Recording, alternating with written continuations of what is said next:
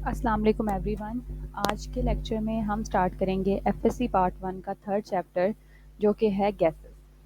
Gases का chapter start करने से पहले हम कुछ इंट्रोडक्टरी पोर्शन पढ़ेंगे इसका, जिसमें हम पढ़ेंगे मैटर और उसकी कुछ स्टेट्स और उन स्टेट्स की जनरल प्रॉपर्टीज़। ठीक है, so let's talk about matter. Matter क्या होता है? मैटर बेसिकली हमारे पास कोई भी ऐसी चीज़ जिसका मैस होता है और वो स्पेस ऑक्यूपाई करती है, उसे हम मैटर कहते हैं। कोई भी चीज़ जिसका मैस होगा वो कुछ स्पेस ऑक्यूपाई करेगी, वो मैटर होगी।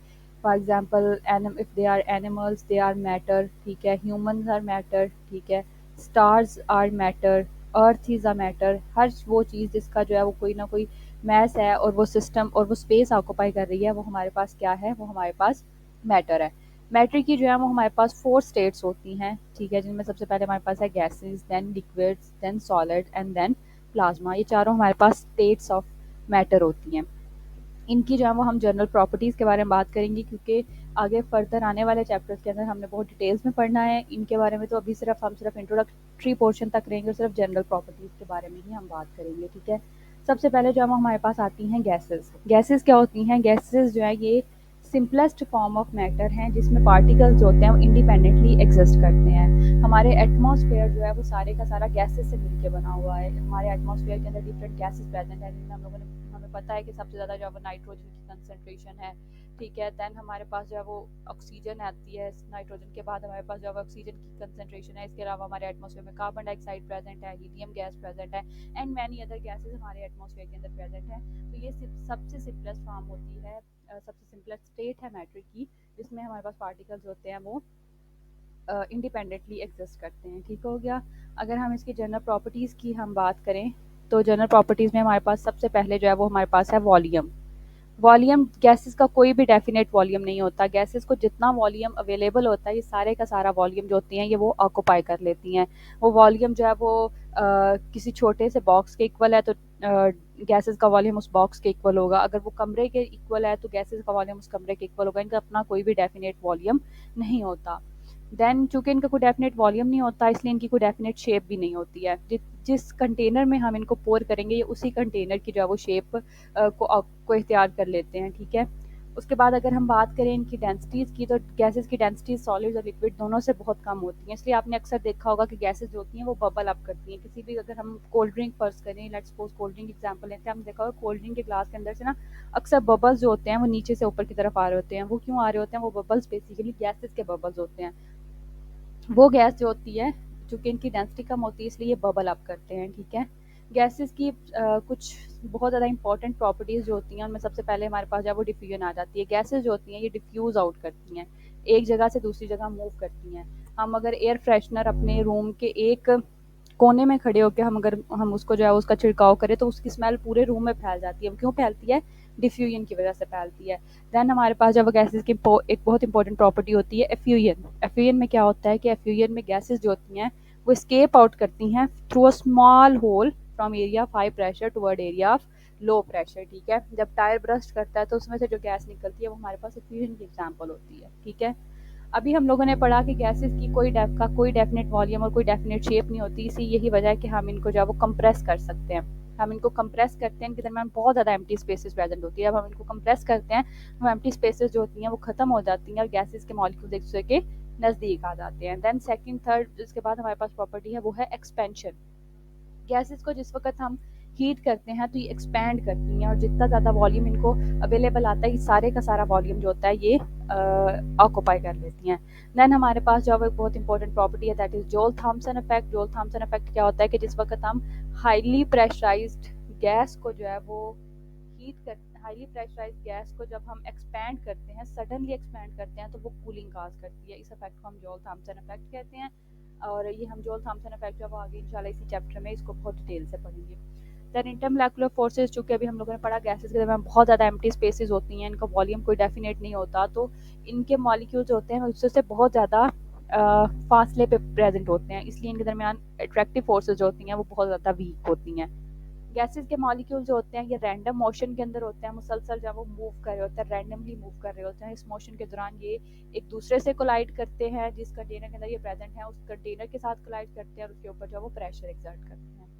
That was some general properties of gases. Next हमारे पास जो स्टेट आती है वो आती है लिक्विड्स। लिक्विड्स बेसिकली वो स्टेट ऑफ मैटर है जो कि सॉलिड और गैसेस के दरमियान में प्रेजेंट होते हैं, ठीक है।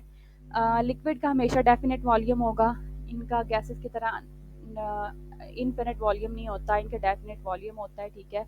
और लेकिन इनकी शेप नहीं होती, गैसेस की तरह इनकी भी कोई स्पेसिफिक शेप नहीं होती। हम इनको जिस कंटेनर के अंदर भरते हैं ये उसी की शेप इख्तियार कर लेते हैं। बोतल के अंदर डालेंगे तो लिक्विड की शेप बोतल जैसी हो जाएगी, कोई बड़ा कंटेनर लेंगे तो उसके जैसी हो जाएगी, ठीक है। इसके मॉलिक्यूल्स भी जो होते हैं वो मूव कर रहे होते हैं, कांस्टेंट स्टेट ऑफ मोशन के अंदर होते हैं। और हमारे पास गैसेस की डिफरेंट प्रॉपर्टीज होती हैं, लाइक वेपोरेशन है या डिफ्यूजन है, ये बेसिकली इनकी मोशन की वजह से होती है। मॉलिक्यूल्स होते हैं वो मूव कर रहे होते हैं, एक दूसरे के साथ कोलाइड करते हैं, इंटरमोलेकुलर फोर्सेस को खत्म करते हैं और वेपोरेट कर जाते हैं, डिफ्यूज आउट कर जाते हैं, ठीक है। या लिक्विड की एक बहुत इंपॉर्टेंट प्रॉपर्टी है इनका कूलिंग इफेक्ट। जब भी कोई लिक्विड जो होता है वो वेपोरेट होता है तो ये कूलिंग इफेक्ट काज करता है, ठीक है। लिक्विड्स के अंदर भी एम्प्टी स्पेसेस होती हैं, लेकिन ये एम्प्टी स्पेसेस गैसेस के मामले में बहुत ज़्यादा नेग्लेजिबल होती हैं। इनकी डेंसिटी जो होती है वो गैसेस से तो हाई होती है लेकिन सॉलिड से हमेशा कम होती है, that's why they have medium density, ठीक है। अगर हम इंटरमोलेकुलर फोर्स ऑफ अट्रैक्शन की बात करें तो सॉलिड्स से इनकी इंटरमोलेकुलर फोर्सेज होती हैं वो वीक होती हैं, लेकिन गैसेस की निस्बत बहुत ज़्यादा हाई इंटरमोलेकुलर फोर्सेज होती हैं इनके अंदर, ठीक है। और इनके मॉलिक्यूल्स के में काइनेटिक एनर्जी जो है वो प्रेजेंट होती है, इनके मॉलिक्यूल्स काइनेटिक एनर्जी पोजेस करते हैं। देन हमारे पास आ जाती है जी next state of matter, that is solid. Solid जो है वो हमारे पास वो स्टेट ऑफ मैटर है जिसमें हमेशा टाइटली पैक्ड मॉलिक्यूल्स होते हैं, इसमें हमेशा टाइटली पैक्ड हुए होते हैं हमारे मॉलिक्यूल्स। इसीलिए यही रीज़न है कि इनका डेफिनेट शेप भी होती है और डेफिनेट वॉल्यूम भी होती है। हर सॉलिड का डेफिनेट वॉल्यूम होता है और डेफिनेट शेप होती है, ठीक है। इनकी हाई डेंसिटीज होती हैं, इनके अंदर ऑलमोस्ट कोई मोशन नहीं होती, सिर्फ इनके मॉलिक्यूल्स जो होते हैं वो हल्के हल्के वाइब्रेट करते हैं, so they only possess vibratory motion, इसके अलावा इनके अंदर कोई मोशन नहीं होती, ठीक है। अब चूंकि ये मूव नहीं कर सकते इसलिए इनकी डिफ्यूजन नहीं होती, टाइटली पैक्ड हुए होते हैं इसलिए इनके अंदर कोई कंप्रेशन नहीं होती, इनके अंदर अट्रैक्टिव फोर्सेज होती हैं वो लिक्विड और गैस में सबसे ज़्यादा स्ट्रॉन्ग होती हैं सॉलिड्स के अंदर, ठीक है। ये हम लोगों ने पढ़ ली कुछ जनरल प्रॉपर्टीज़। नेक्स्ट हमारे पास एक बहुत छोटा सा टॉपिक है लेकिन बहुत इंपॉर्टेंट टॉपिक है जिसमें से अक्सर एमसीक्यूज पूछे जाते हैं, ठीक है। वो है जी यूनिट्स ऑफ प्रेशर। ये बेसिकली यूनिट्स हैं कौन से प्रेशर के, एटमॉस्फेरिक प्रेशर के, ठीक है।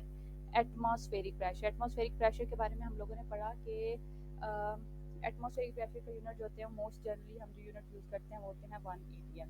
1 atm क्या होता है, what is 1 atm? 1 atm basically ये हवा का प्रेशर होता है, एयर का वो प्रेशर होता है जो 760 मिलीमीटर मरकरी का जो लॉन्ग कॉलम होता है उसको सी लेवल पे सपोर्ट कर सके। हवा का वो प्रेशर जो 760 मिलीमीटर मरकरी के कॉलम को जो है वो सी लेवल पे सपोर्ट कर सके उसे हम कहते हैं 1 atm। तो 1 atm किसके इक्वल होता है, 1 atm होता है 760 मिलीमीटर ऑफ मरकरी के, ठीक है। ये इतने मीटर मरकरी के कॉलम को जो प्रेशर सपोर्ट कर सकता है उसे हम 1 atm कहते हैं। एट द सेम टाइम ये बेसिकली क्या होता है, ये वो फोर्स होती है जो 760 मिलीमीटर मरकरी का कॉलम जो होता है वो एक सेंटीमीटर स्क्वायर एरिया के ऊपर 0 डिग्री सेल्सियस पे एक्सर्ट करता है। ये वो फोर्स होती है जो 760 मिलीमीटर मरकरी का कॉलम एक्सर्ट कर रहा है 1 सेंटीमीटर स्क्वायर एरिया के ऊपर 0 डिग्री सेल्सियस पे, ठीक हो गया। इसके हम डिफरेंट यूनिट्स देख लेते हैं। एक तो सबसे कॉमन यूनिट हम लोगों ने अभी पढ़ा 1 atm होता है। 1 atm किसके इक्वल होता है, 1 atm 760 मिलीमीटर ऑफ मरकरी के इक्वल होता है, ठीक है। अब एक यूनिट होता है प्रेशर का, एटमॉस्फेरिक प्रेशर का यूनिट होता है टॉर, और 1 टॉर होता है 1 मिलीमीटर ऑफ मरकरी के। अगर 1 टॉर 1 मिलीमीटर ऑफ मरकरी के इक्वल है तो 760 मिलीमीटर ऑफ मरकरी 760 टॉर के इक्वल होगा, और 760 टॉर किसके इक्वल होगा, 1 atm के, ठीक हो गया। नेक्स्ट जी हमें पता है कोई भी प्रेशर हो उसका यूनिट एसआई यूनिट, किसी भी प्रेशर का एसआई यूनिट होता है न्यूटन मीटर -2, न्यूटन पर मीटर स्क्वायर। ये किसी भी प्रेशर का यूनिट होता है, ऐसा यूनिट होता है। और 760 टॉर जो होता है वो कितने न्यूटन मीटर स्क्वायर के पर स्क्वायर के इक्वल होता है, वो होता है 10 13 25 न्यूटन मीटर पर स्क्वायर के, ठीक हो गया। और इतने ही पास्कल्स के भी इक्वल होता है क्योंकि 1 न्यूटन मीटर स्क्वायर जो होते हैं पर स्क्वायर जो होते हैं वो होते हैं 1 पास्कल के इक्वल। सो अगर 760 टॉर जो है वो 1325 न्यूटन मीटर -2 के इक्वल आ रहा है तो इतने ही पास्कल्स के भी इक्वल आएगा। देन हमारे पास जो है वो लास्ट यूनिट आता है that is 14 that is pounds पर स्क्वायर इंचेस। पाउंड्स पर स्क्वायर इंचेस जो होते हैं ये वो यूनिट होता है जो अक्सर जो है वो इंजीनियर्स यूज़ करते हैं, engineering works, different engineering works के लिए यूज़ करते हैं। और 1 ATM जो होता है हमारे पास वो 14.7 पाउंड्स पर स्क्वायर इंचेस के इक्वल आता है। तो ये थे units of atmospheric, units of pressure, units of atmospheric pressure. इनमें से अक्सर जो है MCQs आ जाते हैं या फिर किसी न्यूमेरिकल के अंदर जो हमें इसकी ज़रूरत पड़ सकती है, तो इसलिए इनकी डिफरेंट जो वैल्यूज़ हैं वो याद रखनी लाजमी है। आगे हम चलते हैं जी गैस लाज के अंदर, गैस लाज के ऊपर साइंटिस्ट ने ऑब्जर्व किया कि जब एक्सटर्नल कंडीशन, जब हमारे पास कोई गैस होती है तो ऑब्वियसली उस गैस का कोई वॉल्यूम होगा, वो डेफिनेट तो नहीं होगा लेकिन कोई ना कोई वॉल्यूम तो उसका होगा। उन्होंने ऑब्जर्व किया कि अगर हम किसी एक given mass of a gas के वॉल्यूम को ऑब्जर्व करें और हम अपने टेम्परेचर और प्रेशर की कंडीशंस चेंज कर दें तो हमारे पास वॉल्यूम भी चेंज हो जाएगा। अगर हम बाहर से टेम्परेचर और प्रेशर की कंडीशंस को चेंज कर रहे हैं तो हमारे पास वॉल्यूम भी चेंज होगा। और सारी की सारी गैसेस होती हैं वो इसमें एक डेफिनेट जो है वो रिस्पांस शो करती हैं, इरिस्पेक्टिव कि हमारे पास किस नेचर की गैस है, सबका रिस्पांस ऑलमोस्ट सेम आता है। तो उन्होंने इसे गैस लॉज का नाम दिया। तो गैस लॉज क्या होते हैं? गैस लॉज बेसिकली रिलेशनशिप है वॉल्यूम का और चेंजिंग कंडीशन ऑफ टेम्परेचर और प्रेशर का।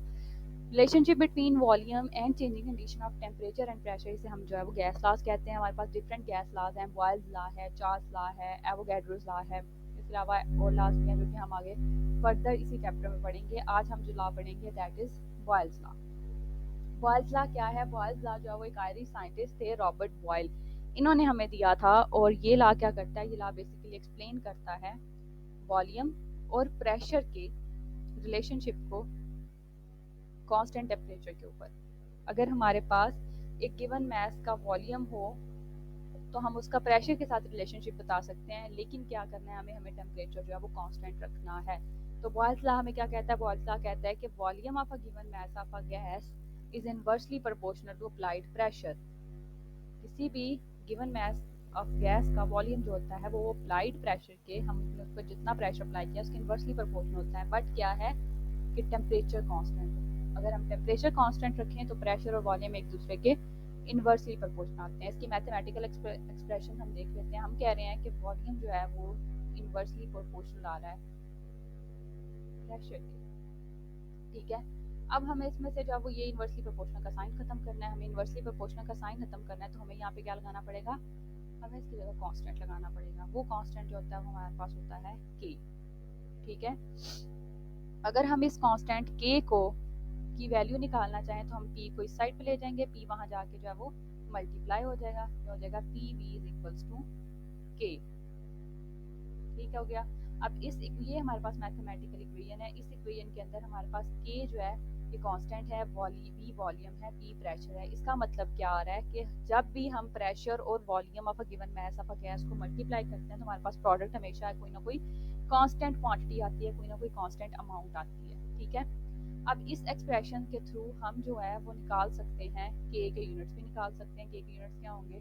Let's drive the units of k। हमारे पास pv is equals to k है, k इज इक्वल या k is equals to pv है। प्रेशर का यूनिट जो है वो हमारे पास होता है atm डॉट, v का यूनिट क्या होता है? v का यूनिट होता है dmq। ये हमारे पास k के यूनिट आ जाएंगे। लेकिन अगर हमने कोई डिफरेंट यूनिट लिए है, फर्स्ट करो हमने प्रेशर का यूनिट जो है वो ये लिया हुआ है न्यूटन मीटर माइनस 2, और वॉल्यूम का यूनिट हमने मीटर क्यूब लिया हुआ है, तो फिर ये क्या आएगा? ये फिर न्यूटन मीटर के इक्वल होगा। ओके, इस तरह हम जो है वो यूनिट निकाल सकते हैं किसके? के जो है वो डिफरेंट यूनिट आ सकते हैं। ये डिपेंड करता है कि हमने प्रेशर और वॉल्यूम क्या रखा है, लेकिन ये हमेशा एक कांस्टेंट क्वांटिटी ही रहेगा, ठीक है। आगे जी नेक्स्ट हम चलते हैं। नेक्स्ट हमारे पास आ जाती है एक्सपेरिमेंटल वेरिफिकेशन। अगर हम इसके एक्सपेरिमेंटल वेरिफिकेशन देखकर देखें गैसेस वाकई इस तरह से करती हैं जैसे बॉयल्स ने कहा था, तो let's watch the experimental verification, ठीक है। लेट्स सपोज हमारे पास एक कंटेनर है गैस का, ठीक है। इस कंटेनर के ऊपर हम लोगों ने प्रेशर अप्लाई किया हुआ है। कितना प्रेशर? 2 ATM, ठीक है। इसके अंदर जो हमारे पास गैस के ये मॉलिक्यूल्स है, गैस के मॉलिक्यूल्स है, ठीक है, डिफरेंट गैस के मॉलिक्यूल्स हैं, ठीक है। इसका वॉल्यूम जो है वो हमारे पास इस वक्त है 1 dm³ ओके। हम k की वैल्यू निकालते हैं, P1 V1 is equals to k। Pressure कितना है? प्रेशर है 2 ATM, वॉल्यूम कितना है? 1 dm³। दोनों को हम मल्टीप्लाई करेंगे तो हमारे पास k की वैल्यू कितनी आई? 2 ATM डॉट DM³ ठीक हो गया। एक के की वैल्यू हमारे पास ये आ गई। अब हम क्या करते हैं कि इसी सेम कंटेनर के ऊपर जिस पे हमने पहले 2 ATM अप्लाई किया हुआ था, हम अप्लाई कर देते हैं 4 ATM। हम लोगों ने प्रेशर 4 ATM किया। जब हम लोगों ने प्रेशर किया तो मूवेबल पिस्टन है, पिस्टन नीचे मूव हुआ, गैसेस के मॉलिक्यूल हैं वो एक दूसरे के करीब करीब करीब करीब आ गए और हमारे पास वॉल्यूम जो है वो कम हो गया। हम लोगों ने प्रेशर चूंकि डबल किया तो वॉल्यूम हाफ हो गया, 1/2 DM³ हमारे पास वॉल्यूम रह गया। ठीक है, अगेन हम जो है वो के की वैल्यू फाइंड आउट करते हैं। P2V2 इज इक्वल्स टू के। प्रेशर कितना है 4 ATM, वॉल्यूम कितना है 1/2 DM³। इन दोनों को मल्टीप्लाई करेंगे, हमारे पास अगेन क्या आ गया 2 ATM DM³। ठीक है, अब हम जो है वो इसको फर्दर कम कर देते हैं। थर्ड टाइम हम क्या करते हैं कि हम अपने कंटेनर के ऊपर जो प्रेशर है इसको 6 ATM कर देते हैं। जब हम इसको 6 ATM करेंगे तो हमारे पास 1/3 DM³ हमारे पास वॉल्यूम रह जाएगा। ठीक है, अगेन जब हम दोबारा से P3V3 करके हम के की वैल्यू फाइंड आउट करेंगे तो के की वैल्यू हमारे पास कितनी आएगी 6 ATM मल्टीप्लाई बाय 1/3 DM³। ये अगेन हमारे पास 2 ATM DM³ आ गए। क्या हो रहा है, हम हमेशा जो है वो वॉल्यूम और हम प्रेशर और वॉल्यूम जो होता है उसको, प्रेशर और वॉल्यूम को जो है वो हम चेंज कर रहे हैं, लेकिन हमारे पास के की वैल्यू हमेशा कांस्टेंट आ रही है। तो यही चीज़ हम लोगों ने अभी पढ़ी कि हम प्रेशर और वॉल्यूम को जब भी मल्टीप्लाई करेंगे हमारे पास हमेशा एक कांस्टेंट अमाउंट, एक कांस्टेंट क्वांटिटी आएगी। ठीक है, तो ये क्या इस सब से हम क्या एक्सप्लेन कर सकते हैं, क्या डिड्यूस कर सकते हैं, हम डिड्यूस कर सकते हैं कि P1V1 is equals to P2V2। मतलब हम जब भी प्रेशर चेंज करेंगे तो हमारा वॉल्यूम इस तरह से चेंज होगा कि के हमेशा हमारे पास एक कांस्टेंट क्वांटिटी हमेशा हमेशा आएगी। ओके हो गया। नेक्स्ट अब जो है वो हमारे पास आ जाती है जी इसकी ग्राफिकल एक्सप्लेनेशन। हम इसको जो अभी हम लोगों ने इसको इस तरह से एक्सप्लेन किया, अब हम जो है मैथमेटिकली एक्सप्लेन कर लिया, अब हम इसको जो है वो ग्राफिकली एक्सप्लेन करते हैं कि ग्राफ के थ्रू जो है वो देखते हैं कि किस तरह से जो है ये हो सकता है। ठीक है, अगेन हमारे पास जो है वो एक मूवेबल एक सिलेंडर है जिसके अंदर हम लोगों ने अपनी गैस ली हुई है। ये हमारे पास एक सिलेंडर है, ठीक है, इसके अंदर हम लोगों ने गैस ली हुई है। फर्ज करें इस वक्त हमारे पास टेम्परेचर जो है वो 0 डिग्री सेल्सियस है। ठीक है, ये 0 डिग्री सेल्सियस टेम्परेचर है हमारे ऊपर। हम लोगों ने इसके ऊपर पी प्रेशर एक्सर्ट किया हुआ है और हमारे पास इसका वॉल्यूम जो है वो गैस का वॉल्यूम हमारे पास क्या है, गैस का वॉल्यूम है वी। ठीक है, अब अगर हम प्रेशर और वॉल्यूम का ग्राफ बनाएं, यहाँ हम वॉल्यूम लें, यहाँ हम प्रेशर लें, हम प्रेशर और वॉल्यूम का ग्राफ बनाएं तो हमारे पास एक कर्व्ड ग्राफ आएगा। इस कर्व्ड ग्राफ को हम आइसोथर्म कहते हैं। हम इसे कहते हैं आइसोथर्म। क्यों आइसोथर्म कहते हैं जी, आइसो मीन सेम और थर्म मीन टेम्परेचर। क्योंकि ये सेम टेम्परेचर पे हुआ है तो इसलिए हम इसे क्या कहते हैं, हम इसे कहते हैं आइसोथर्म। ठीक हो गया, ओके। तो हम चूंकि ये सेम टेम्परेचर पे बनता है इसलिए हम जो है इसको आइसोथर्म कहते हैं। ठीक है, अभी हम लोगों ने कहा कि हम लोगों ने ग्राफ बनाया 0 डिग्री सेल्सियस पे। लेट्स सपोज कि अब हम ग्राफ बनाते हैं 25 डिग्री सेल्सियस पे। ठीक है, हम लोगों ने टेम्परेचर जो है वो हाई कर दिया। अब हम टेम्परेचर जो है वो हाई टेम्परेचर पे ग्राफ बना रहे हैं तो हमारे पास ग्राफ जो है वो सेम उसी तरह से, लेकिन टेम्परेचर 25 है लेकिन है कॉन्स्टेंट। तो हमारे पास आगे चला जाएगा ग्राफ, लेकिन हमेशा ग्राफ कर्व्ड ही आएगा। हमारे पास आइसोथर्म ही आएगा लेकिन ग्राफ दोनों एक्सिस से अवे मूव कर जाएगा। ठीक है, ये हम लोगों ने 0 डिग्री सेल्सियस पे ग्राफ बनाया था, ये ग्राफ हम लोगों ने 25 डिग्री सेल्सियस पे बनाया। तो ग्राफ की शेप सेम है लेकिन ग्राफ जो है वो एक्सिस से अवे मूव कर रहा है। क्यों अवे मूव कर रहा है, क्योंकि हाई टेम्परेचर पे वॉल्यूम में चेंजेस जो होती हैं वो ज़्यादा हो जाती हैं। ठीक हो गया, अब आगे अभी हम लोगों ने ग्राफ बनाया जी पी और वी का। ठीक है, हम लोगों ने प्रेशर और वॉल्यूम का एक पढ़ा था, एक हम लोगों ने इक्वेशन पढ़ी थी कि V is inversely proportional to P। इसको हम इस तरह भी लिख सकते हैं ना, P is inversely proportional to V। अब जब हमने लिखा हुआ है कि प्रेशर वॉल्यूम के इन्वर्सली प्रोपोर्शनल है तो हम इसको ये भी कह सकते हैं कि प्रेशर जो है वो 1/V के डायरेक्टली प्रोपोर्शनल है। वॉल्यूम के इन्वर्सली प्रोपोर्शनल है लेकिन अगर 1/V की बात करें तो उसके ये क्या है, डायरेक्टली प्रोपोर्शनल है। सिमिलरली अगर हम ग्राफ बनाएं प्रेशर और 1/V का, सॉरी प्रेशर हम लोगों 1/V हम लोगों ने लेना है वाई एक्स एक्सिस पे और हम लोगों ने प्रेशर लेना है वाई एक्सिस पे। अगर हम प्रेशर वाई एक्सिस पे लें और 1/v को जो है वो हम एक्स एक्सिस पे लें और इसका एक ग्राफ बनाएं, तो ये ग्राफ हमारा स्ट्रेट लाइन ग्राफ आएगा, ठीक है। सिमिलरली लेट्स सपोज कि ये ग्राफ हमने 0 डिग्री सेल्सियस पे बनाया था, ठीक है। अब हम यही ग्राफ जो है वो हाई टेम्परेचर 25 डिग्री सेल्सियस पे बना रहे हैं, ग्राफ फिर अगेन स्ट्रेट लाइन आएगा, डिफरेंट पॉइंट्स पे स्ट्रेट लाइन ग्राफ ही आएगा। लेकिन क्या होगा कि वो ग्राफ जो है वो मूव कर रहा है away from towards the pressure axis. क्यों? क्योंकि वॉल्यूम में चेंजेस जो होती हैं वो ज़्यादा होती जा रही हैं, ठीक हो गया। अब थर्ड हम जो है वो एक और ग्राफ बनाते हैं जो कि है, वो ग्राफ हमारा बनेगा पी वी और पी के। अब हमें पता है कि P V is equals to K, तो के तो हमेशा कांस्टेंट रहेगा, ठीक है। तो इसको बनाने की क्या रीज़न है जी, हम क्यों इसमें ग्राफ बनाएं? इसलिए ताकि हम देख सकें कि क्या के वाकई ही कांस्टेंट रहता है डिफरेंट प्रेशर्स के ऊपर। तो जब हम ये ग्राफ बनाते हैं, हम प्रेशर लेते हैं, एक्स एक्सिस पे हमने प्रेशर लिया, वाई एक्सिस पे हम लोगों ने लिया पी वी जो कि के इक्वल है। अब के तो हमेशा कांस्टेंट क्वांटिटी है, तो ये ग्राफ हमेशा स्ट्रेट लाइन आएगा, लेकिन वो parallel to the pressure axis होगा। हम प्रेशर जितना मर्जी चेंज करते जाएं, हमारे पास के की वैल्यू हमेशा कांस्टेंट आएगी। पहले प्रेशर 0 था, फिर 2 एटीएम हुआ, फिर 4 एटीएम हुआ, फिर 6 एटीएम हुआ, फिर 8 एटीएम हो गया। जो मर्जी होता रहे, वॉल्यूम इस तरह से चेंज हो रहा है कि हमारे पास के की वैल्यू हमेशा जो है वो कांस्टेंट आ रही है, ठीक है। So that was all about graphical explanation and that was all about Boyle's law. I hope आपको वीडियो अच्छी लगी हो। Thank you so much.